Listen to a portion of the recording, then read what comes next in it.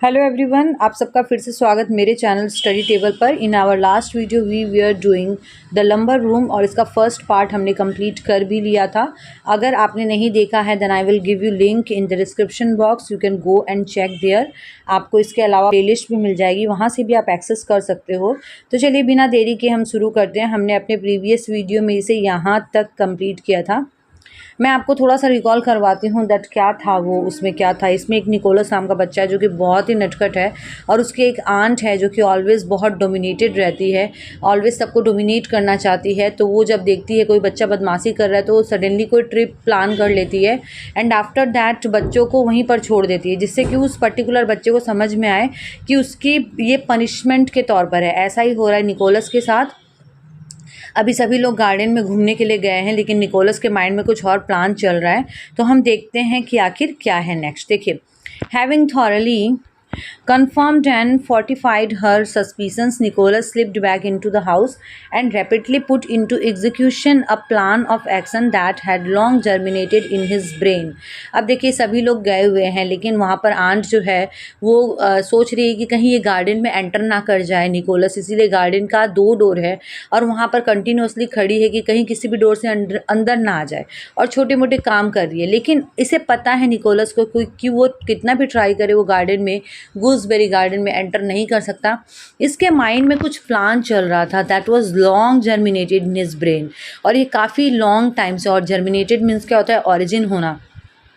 तो जब ये कंफर्म कर लेता है अपने सस्पिशंस को कि अब आंट को मेरे ऊपर डाउट नहीं है और वो उधर ध्यान रख के रखी है, तो वो क्या करता है? Slipped back into the house. वो अपने घर में वापस चला जाता है और उसके माइंड में एक प्लान चल रहा था, वो अब उसे एग्जीक्यूट करेगा। इट मीन्स दैट अब उसे सक्सेसफुली इम्प्लांट करने का कोशिश करेगा। देखिए क्या प्लान है उसके माइंड में। Bye standing on a chair in the library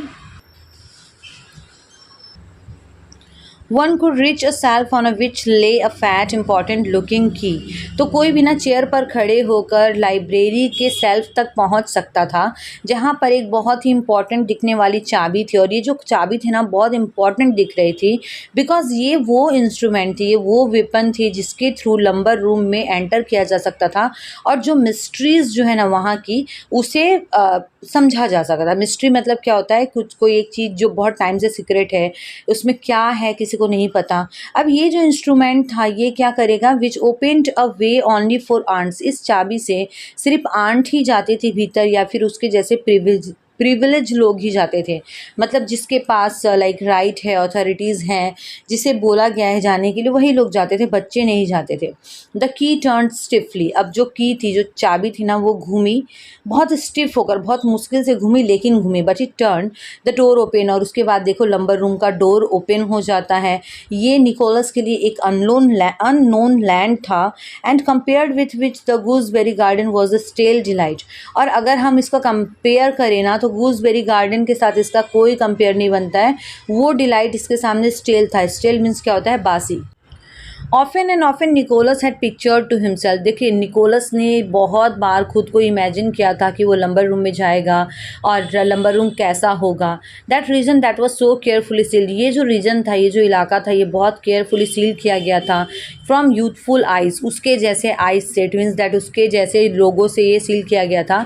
और जिसके बारे में कंसर्न करने पर, पूछने पर कोई आंसर रिप्लाई करता ही नहीं था। और ये बिल्कुल उसके एक्सपेक्टेशंस पर खरा उतरा था। In the first place it was large and dimly lit. In the first place, जब पहली बार वो एंटर किया तो ये जो कमरा था वो बहुत अच्छे लाइक बहुत लार्ज था और डिमली लिट, उतनी ज़्यादा रोशनी नहीं थी यहाँ पर क्योंकि एक विंडो जो बहुत ऊंचाई पर थी, सिर्फ opening on the forbidden garden being it's only source of illumination. तो ये जो विंडो था और बहुत ऊंचाई पर था, इससे ही सिर्फ रोशनी आ रही थी और जिसको खोलना जो है ना कम्प्लीटली फॉरबिडन था, जिसे खोल कोई भी नहीं सकता था। इन द सेकेंड प्लेस, और देखिए नेक्स्ट क्या था इसमें, ये एक स्टोर हाउस था जिसमें कि बहुत सारे अनइमेजिन ट्रेजर्स रखे हुए थे। ट्रेजर्स मतलब क्या होता है? खजाना। The aunt by assertion was one of those people. और आंट जो है ना वो अपने नेचर के थ्रू एक ऐसी पर्सन थी जिसे लगता था कि चीज़ जो है ना ख़राब हो जाएगी, और इसीलिए वो क्या करती थी, उसे डस्ट और डैम्प में डाल देती थी। यहाँ पर एक्चुअली वो बोलना क्या चाहता है, जब आप किसी चीज़ को स्टोर रूम में रख देते हो या फिर ऐसी जगह रख देते हो जहाँ पे उसका यूज़ नहीं है, तो वो ऑटोमेटिक डस्ट से भर जाती है और उसमें डैम्प आ जाता है। डैम्प मतलब क्या होता है, सीलन हो जाता है। The house was rather bare and chairless, और जो घर था ना वो पूरी तरीके से ऐसे उदास टाइप का था, चेयरलेस था। But there was a wonderful things for the eye to feast on, लेकिन देखना ना कुछ एक बहुत ही सुंदर चीज़ थी जो कि आइज़ के लिए लाइक फिश था, जिसे देखकर आइज़ जो है ना अट्रैक्टिव हो जाए। क्या था वो, देखिए। First and foremost there was a piece of frame tapestry. देखिए टेपेस्ट्री क्या होता है, मैं यहाँ पर इमेज दे रही हूँ। टेपेस्ट्री एक्चुअली मोटे चादर जैसा कुछ पर्दा टाइप होता है, एंड जिसमें चित्रकारी की हुई होती है। It was evidently mean to be a fire screen, to Nicholas it was living breathing story. और निकोलस के लिए क्या था, एक लाइक स्टोरी टाइप था। क्यों था, बिकॉज उसमें इतनी सुंदर पेंटिंग की हुई थी जिसके बारे में आप पूरी बात कर सको। He sat down on a roll. एक चीज़ मैं आपको और बता दूं, दैट यहाँ पर आसपास में बहुत व्हीकल्स चलते हैं, तो आपसे ये रिक्वेस्ट है दैट आप प्लीज़ बैकग्राउंड नॉइज़ को इग्नोर करें, पढ़ाई पर फोकस करें, बिकॉज ऑलवेज वीडियो को पॉज करके रिकॉर्ड करना इज़ क्वाइट इम्पॉसिबल।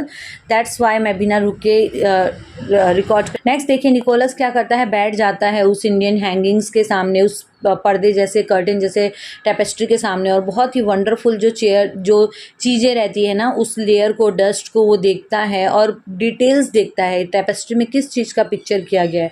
अब यहाँ पर डिस्क्रिप्शन है हमारे पास कि उस टेपेस्ट्री में एक ऐसी पेंटिंग बनाई हुई है जिसमें एक पर्सन है जिसने कि हंटिंग कॉस्ट्यूम्स पहना है, और बहुत पुराने टाइम का लग रहा है वो पर्सन, और उसके सामने एक स्टैग है।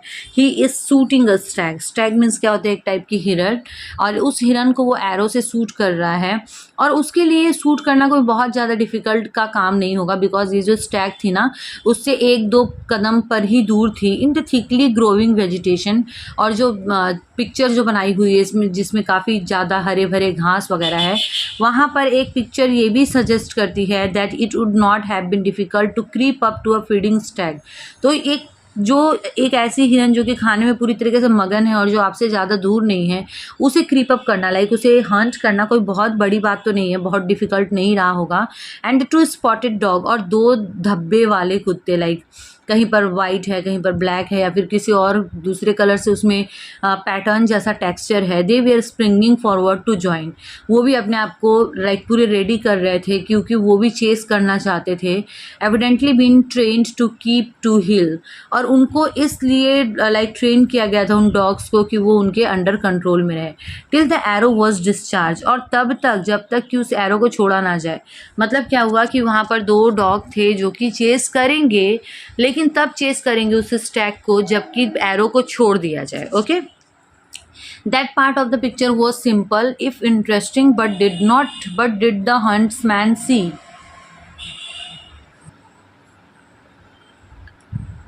अब देखिए, एक तरफ हमें डिस्क्रिप्शन मिल रहा है इस टेपेस्ट्री में दैट जो हंट्समैन है वो अपने डॉग के साथ स्टैग को अटैक करना चाहता है, लेकिन एक उस पिक्चर में एक पार्ट ये भी था दैट उस हंट्समैन की तरफ 4 वुल्फ्स आ रहे थे, जिसे कि शायद उस पर्सन ने नहीं देखा।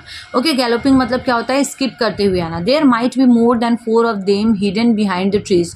तो वो जो वुल्फ्स थे, जो भेड़िए थे, वो ट्रीज के पीछे छिपे हुए थे। And in any case would the man and his dogs be able to cope with the 4 wolfs if they made an attack. और उसके बाद देखिए, निकोलस के माइंड में एक क्वेश्चन आता है कि चलो ये तो उस स्टैग को हंट करना चाहता है, लेकिन अगर ये 4 भेड़िए मिलकर इसके डॉग्स पर और इसके ऊपर अटैक करें तो क्या ये कोप कर पाएंगे, लाइक कंपटीशन कर पाएंगे, उसके साथ एडजस्ट कर पाएंगे। नेक्स्ट देखिए, उस पर्सन के पास सिर्फ 2 एरोज़ बचे थे उसके क्विवर में। क्विवर मीन्स क्या होता है, जिसमें वो तीर रखे जाते हैं, और उसमें से 1 या 2 तो वो मिस कर ही देगा, क्योंकि सबको पता है इतने कम रेंज पर जो शूट कर रहा है उसकी क्या ही बहुत अच्छी स्किल होगी। Nicholas sat for many golden minutes revolving the possibilities of the scene. He was incline to think that the man and his dogs were in a tight corner.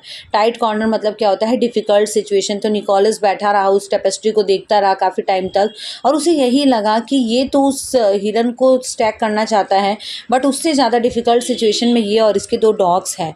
But there were other objects of delight, लेकिन वहाँ पर कुछ और भी objects थे जो कि बहुत इंटरेस्टिंग लग रहे थे उसके इंस्टेंट अटेंशन को, निकोलस के अटेंशन को।